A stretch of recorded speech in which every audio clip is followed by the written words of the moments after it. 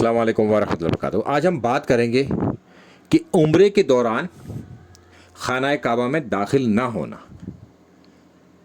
اللہ کے رسول صلی اللہ علیہ وسلم نے جب عمرہ کیا تو وہ مسجد حرم میں آئے اور انہوں نے طواف کیا۔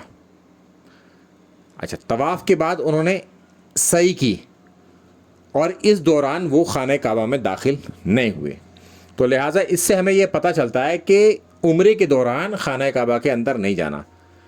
تو عام طور پر خانہ کعبہ کے اندر کوئی جا نہیں سکتا چونکہ اس کے کواڑ بند رہتے ہیں، مگر اس میں جو ایک ایریا سائڈ میں کٹا ہوتا ہے، ایک گول سی چھوٹی دیوار ہے، وہ خانہ کعبہ کا ہی حصہ ہے، اسے کہتے ہیں حتیم۔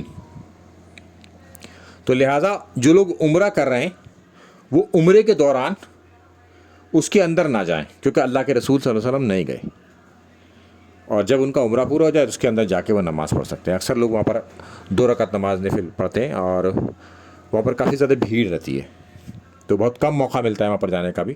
اس کے اندر نماز پڑھنے کا مطلب ہے کہ وہ شخص خانہ کعبہ کے اندر ہی نماز پڑھ رہا ہے، اور اس میں رخ کدھر بھی کر سکتے ہیں، یہ بھی یاد رکھیے۔ حتیم کے اندر اگر آپ کھڑے ہوئے ہیں اور وہاں نماز پڑھ رہے ہیں تو کدھر بھی رخ ہو سکتا ہے آپ کا، جدھر چاہیں ادھر رخ کر لیں، نماز ہو جائے گی، چونکہ حتیم خانہ کعبہ کا حصہ ہے۔